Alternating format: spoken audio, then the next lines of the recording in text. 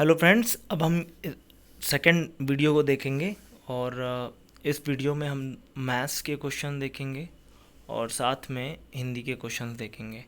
तो मैथ्स के क्वेश्चन को बेसिकली हम लोग केवल आंसर्स को देखेंगे, क्योंकि इसका डिस्कशन हम बाद में करेंगे और बाकी हिंदी के क्वेश्चंस को हम लोग अभी देख लेंगे। देखिए, यहाँ पर जो क्वेश्चन है बेसिकली 36 नंबर। तो क्वेश्चन नंबर 36 को हम लोग सॉल्व करेंगे सबसे पहले। और 36 में कह रहा है कि कवि का स्त्रीलिंग है वो क्या होता है। तो स्त्रीलिंग कवयित्री होता है, ये राइट आपका सी हो जाएगा इसमें। अब अपन आगे बढ़ेंगे और नेक्स्ट क्वेश्चंस देखेंगे। देखिए, इसमें आपका 4 आंसर हो जाएगा, इसमें 10,000 हो जाएगा, इसमें √4 हो जाएगा। तो ये इस तरीके से क्वेश्चंस हम आपको बाद में बताएंगे, सॉल्यूशंस करेंगे, स्पेशल मैथ्स की कैटेगरी डाल देंगे और स्पेशल मैथ्स के उसमें क्वेश्चन कर देंगे। अभी के लिए हम नेक्स्ट बढ़ेंगे आगे और नेक्स्ट में देखेंगे कि आपके कौन से क्वेश्चंस हैं। पैर शब्द का समानार्थी नहीं है। तो देखिए, पद जो होता है वो पैर का समानार्थी होता है, चरण भी होता है और पग भी होता है। नव जो होता है वो नया का होता है। तो ये सी इज़ द राइट आंसर। तो 36 में अपन क्या देखेंगे कि इसका आंसर क्या हो जाएगा, सी हो जाएगा। अब अपन क्वेश्चन नंबर 38 देखेंगे। बिजली का पर्याय है। पर्याय का मतलब जो पर्यायवाची है, सिनोनिम क्या है बिजली का। देखिए, यहाँ पर जो दामिनी है वो is the right answer. Damini बिल्कुल सही होता है बिजली का। और बिजली के अन्य जो सिनोनिम यानी जो पर्यायवाची हैं वो आपके होते हैं, जैसे सौदामिनी, चपला, चंचला, है ना। ये सब क्या होते हैं, सिनोनिम होते हैं आपके बिजली के। लेकिन सरवरी जो है वो बेसिकली रात के लिए आता है, ये रात को रिप्रेजेंट करता है। और रमणी जो है वो आपका रिप्रेजेंट करता है, जो रमणी है वो बेसिकली आपका रिप्रेजेंट करता है आपके स्त्री को, है ना। ये स्त्री को रिप्रेजेंट करता है, ये रात्रि को रिप्रेजेंट करता है, तनया जो है वो पुत्री को रिप्रेजेंट करता है। तो याद रखिएगा इस तरीके से आप लोग। क्वेश्चन नंबर 39 और 40। तो 39 में देखिए कह रहा है कौन सा अशुद्ध वाक्य है। देखिए, इसमें अगर हम देखें तो डी वाला ऑप्शन गलत है।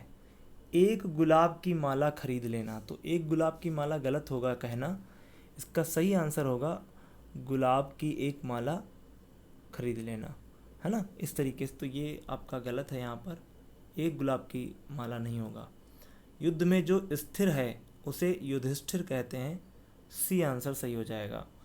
अब देखिए, एक आपका पैसेज आया है और ये पैसेज बेसिकली आपका म्यूजिक से संबंधित है।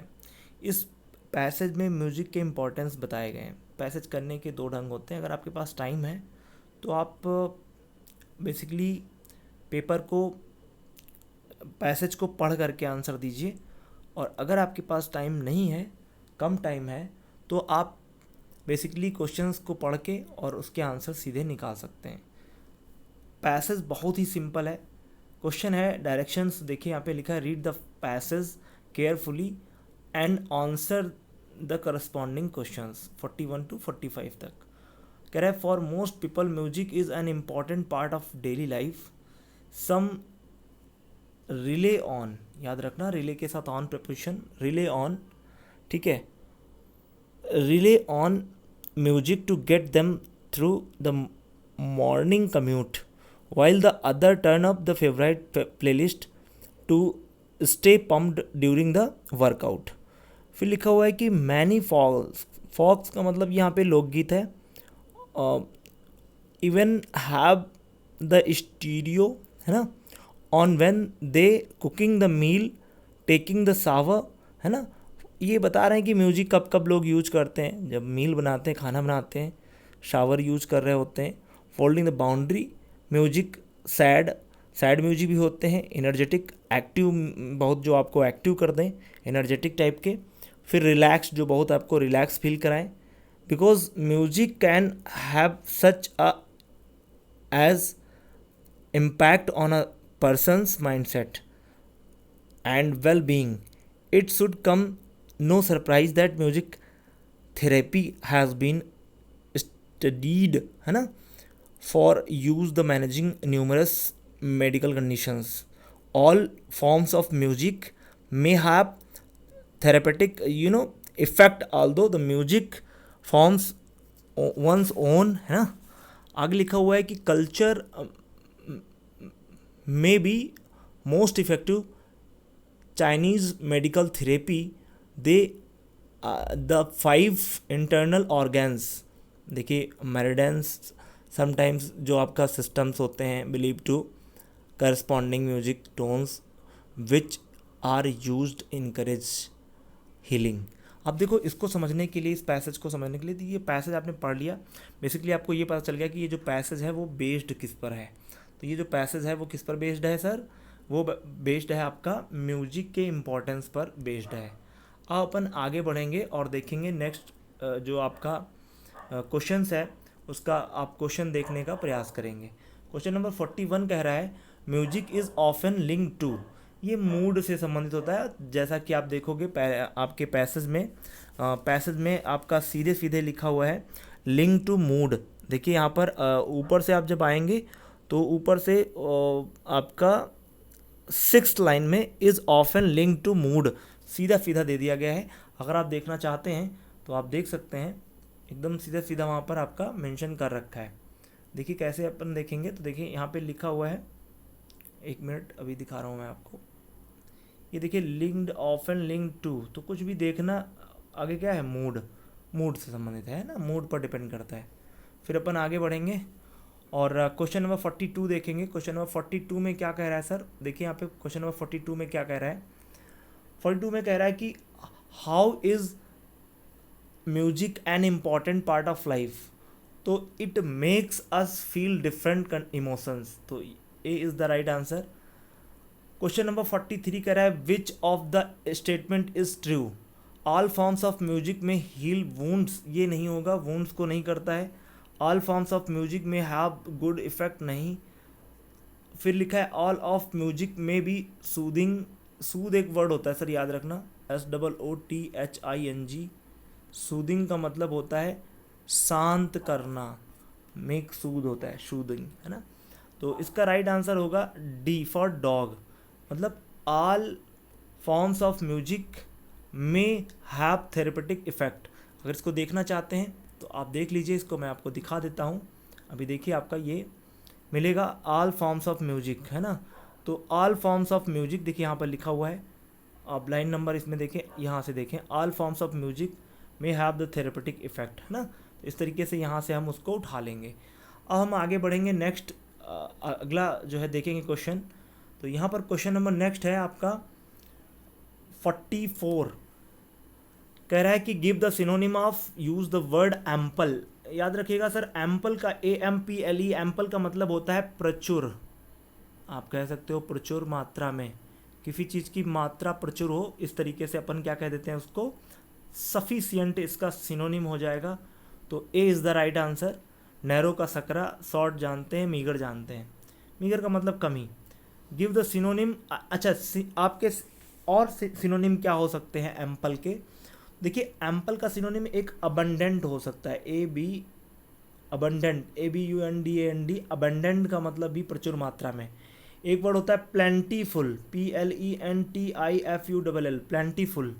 एक वर्ड होता है सर कॉपियस, है ना, COPIOUS, कॉपियस का मतलब भी होता है, कॉपियस का मतलब भी क्या होता है, सफिशियंट होता है। फिर कह रहा है give synonyms for the following words, आपको फॉलोइंग वर्ड्स के सिनोनिम देखना है। तो देखिए यहाँ पर बारबरिक वर्ड लिखा हुआ है, बारबरिक का मतलब होता है गंवार, असभ्य, नौशखिया टाइप का कोई बंदा।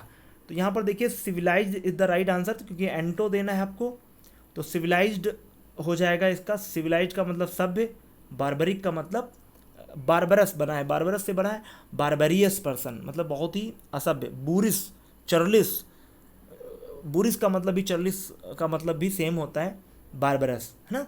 बारबरिक एक कम्युनिटी भी है बारबरस, और जो बारबर हैं वो कहाँ पाए जाते हैं, ये अल्जीरिया और ऊपर वाले कंट्रीज में आप देखोगे वहाँ पर देखने को मिलेंगे। फिर देखिए यहाँ पर क्या है कि अगला क्वेश्चन है 46 में, कह रहा है कि ख़राब का जो, जैसे ख़राब को अच्छा लिखा जाता है वैसे ही खानाबदोश को क्या लिखेंगे, तो सेटल्ड लिख देंगे, आबाद, जहाँ पर लोग एक जगह रहते हों। खानाबदोश का मतलब होता है नोमैडिक, जो एक जगह पर नहीं रहते, नोमैडिक टाइप के लोग, है ना, बंजारे टाइप के लोग, उनको कहते हैं NOMADIC, नोमैडिक। तो इसको याद रखिएगा आप लोग। अपन नेक्स्ट बढ़ेंगे, क्वेश्चन नंबर नेक्स्ट देखेंगे। तो क्वेश्चन नंबर नेक्स्ट यहाँ पर देखिए, क्वेश्चन नंबर 46 कह रहा है, हाँ वही देखिए, अच्छा खराब खानाबदोश आबाद, तो 46 का ए। अब नेक्स्ट क्वेश्चन 47, इसमें देखिए ये एम, ये जो है आपका जो है क्वेश्चन है आपके रीजनिंग का, बहुत सिंपल क्वेश्चन है ये। देखिए यहाँ पे ऐसे लिखेंगे MAT, है ना, ERIAL मटेरियल, और इधर देखिए आपका आप लिखेंगे SZLRE, है ना। अब देखिए यहाँ पर इसको ऐसे मिलाएगा, M से L को, T से S को, और A को Z से, फिर ये E को E से, R को R से, फिर इधर आपको ऐसे ऐसे मिलाना है, ठीक है। तो ये आपका बन जाएगा आंसर। तो फिर देखिए 47 और 49 50, तो इसमें हम केवल क्या देख रहे हैं, हिंदी का देख रहे हैं। तो हिंदी में हम लोग देख रहे हैं कि क्वेश्चन नंबर इसमें 50 जो है वो एकदम सिंपल सा है। वो कह रहा है कि जिस प्रकार से एक आपको इसमें डिफरेंट बताना है, तो एक असमान है। देखिए आँख, कान, नाक, त्वचा, जीभ, ये ज्ञानेंद्रियाँ होती हैं, लेकिन गुर्दा इसमें नहीं आता है। तो क्या हो जाएगा, सी इसका आंसर हो जाएगा। फिर अपन आगे बढ़ते हैं। क्वेश्चन देखिए, अब क्वेश्चन जो है वो आपके क्या है, करंट अफेयर से संबंधित है क्वेश्चन। तो क्वेश्चन नंबर 51 देखिए लिखा है, जून 2022 में किस भारतीय प्रबंधन संस्थान IIM ने देश का पहला कृषि मूल्य सूचकांक लॉन्च किया है।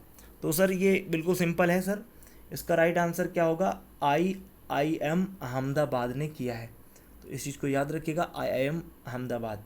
क्वेश्चन नंबर 52 कि फरवरी 2022 में शुरू किए गए सार्वभौमिक टीकाकरण कार्यक्रम सघन इंद्रधनुष 4.0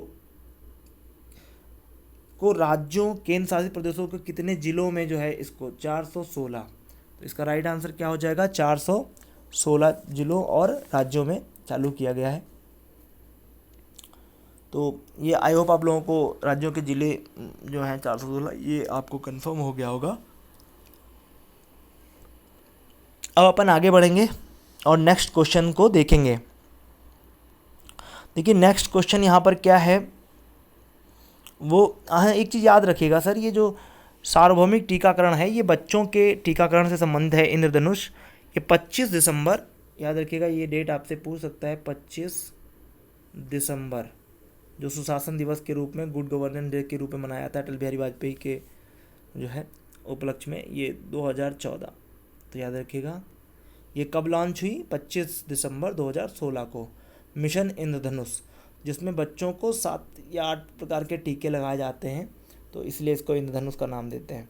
क्वेश्चन नंबर 53 देखिएगा, 53 का राइट आंसर जो है वो आप जानते हो, अटल सुरंग को Guinness world of book records में, और इसकी आप जो है लंबाई भी जानते होंगे, वो बेसिकली है 9.02 किलोमीटर टोटल, ठीक है। अब क्वेश्चन, हैंडले पासपोर्ट जारी किया जाता है। देखिए हैंडले पासपोर्ट जो है जारी किया जाता है, जो ये बताता है कि कौन सा देश कितने देशों में मुफ्त वीज़ा पा सकता है। तो भारत का इसमें 87वां स्थान है, तो राइट आंसर सी हो जाएगा यहाँ पर।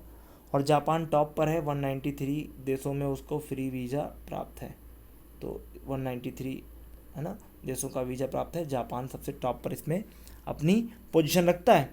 क्वेश्चन नंबर 55 देखिएगा, AAEA, ठीक है, ये क्या कह रहा है कि association of Asian election authorities, इसमें भारत को जो है दर्जा दिया गया। ये 2024 तक भारत इसका जो है 2022 में हुआ है और 2024 तक रहेगा। अब अपन नेक्स्ट बढ़ेंगे, क्वेश्चन नंबर नेक्स्ट देखिएगा,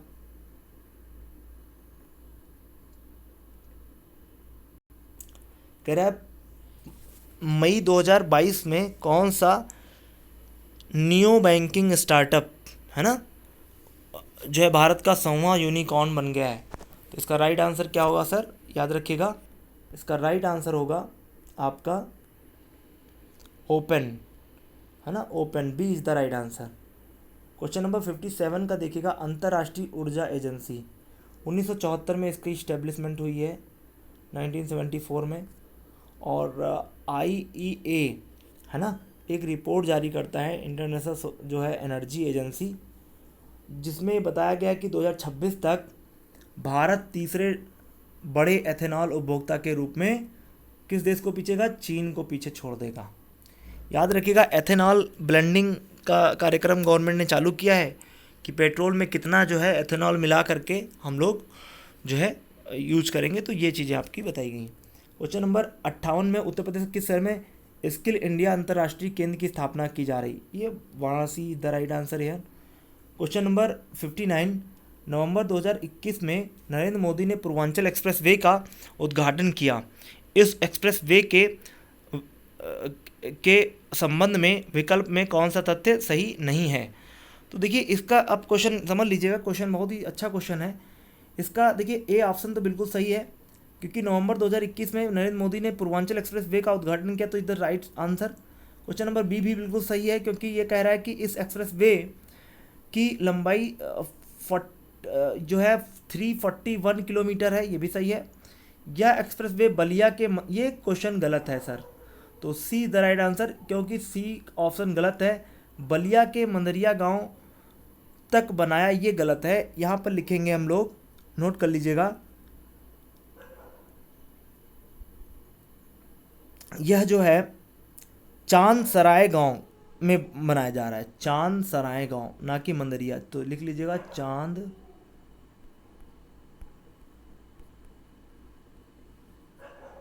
सराय गांव, तो चांद सराय गांव में एक बनाया जा रहा है, तो इसको आप लोग याद रखेंगे,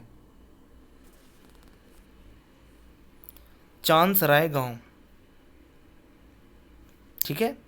इस एक्सप्रेसवे के बारे में याद रखिएगा, ये 9 जो है यूपी के 9 ज़िलों से होकर के गुजर रहा है, जिनमें आपका लखनऊ, अमेठी, बाराबंकी, सुल्तानपुर, अयोध्या, अंबेडकर नगर, है ना, आजमगढ़ और मऊ, गाजीपुर से होकर के गुजरेगा। तो याद रखिएगा, बहुत ही इंपॉर्टेंट क्वेश्चन है ये। क्वेश्चन नंबर 60 देखिए, टोक्यो ओलंपिक 2020 में भारतीय पदक विजेताओं के संबंध में विकल्प में से कौन सा तथ्य सही नहीं है। तो बहुत ही सिंपल क्वेश्चन है सर, इसको याद रखिएगा, आप आसानी से इस क्वेश्चन को निकाल पाओगे। 60 का राइट आंसर ए हो जाएगा। 60 का राइट आंसर क्या हो जाएगा, ए। क्यों, क्योंकि कह रहा है कि भारत की तरफ से 2020 में पहला पदक लवलीना बोर्गहेगन ने जीता, ये गलत है सर। इसको जीता था मीराबाई चानू ने, क्या नाम है इनका, मीराबाई चानू। तो ये बिलोंग करती हैं बेसिकली मणिपुर से सर, मणिपुर की रहने वाली हैं मीराबाई चानू। और ये 49 किलोग्राम में भारोत्तोलन में वेट लिफ्टर हैं बेसिकली ये। और ये जो है 49 किलोग्राम भार में इन्होंने स्वर्ण पदक जीता था, जो कि बहुत ही इम्पोर्टेंट आपका बन जाता है। तो इसका राइट आंसर ए हो गया। अबू धाबी, सर कहते हैं कि जो अबू धाबी है वो यूनाइटेड अरब अमीरात की राजधानी है, और अमीरात टोटल 7 हैं, उनको जोड़ करके बनाया गया है। तो अमीरात 7 कौन कौन से हैं, एक है फुजराह, एक है दुबई, एक है फजल कायमा, एक है आपका शारजाह, एक है अल क्वैन। तो इस तरीके से हमने देख लिया। क्वेश्चन नंबर 62 देखिएगा, पुष्कर मेले का आयोजन कहाँ किया गया। तो राजस्थान में किया गया। राष्ट्रीय रेल संग्रहालय कहाँ स्थित है। तो national rail museum new Delhi में स्थित है। तो याद रखिएगा, हम आगे बढ़ेंगे। नेक्स्ट क्वेश्चन देखिएगा, क्वेश्चन नंबर 64 कह रहा है कि किस पुरस्कार के लिए उपन्यास के लिए जो है, किस पुरस्कार उपन्यास के लिए दिया जाता है, कौन सा पुरस्कार उपन्यास के लिए दिया जाता है। तो मान बुकर अवार्ड या बुकर अवार्ड, जो कि यूके से मिलता है, जो है यूके माने आपका यूनाइटेड किंगडम से दिया जाता है। अंग्रेजी साहित्य में जब कोई उपन्यास नोवेल वगैरह लिखता है तो उसके लिए मिलता है बुकर अवार्ड। भारत रत्न जो कि 1954 में स्टार्ट हुए। पहला भारत रत्न अवार्ड डॉक्टर सर्वपल्ली राधाकृष्णन को दिया गया।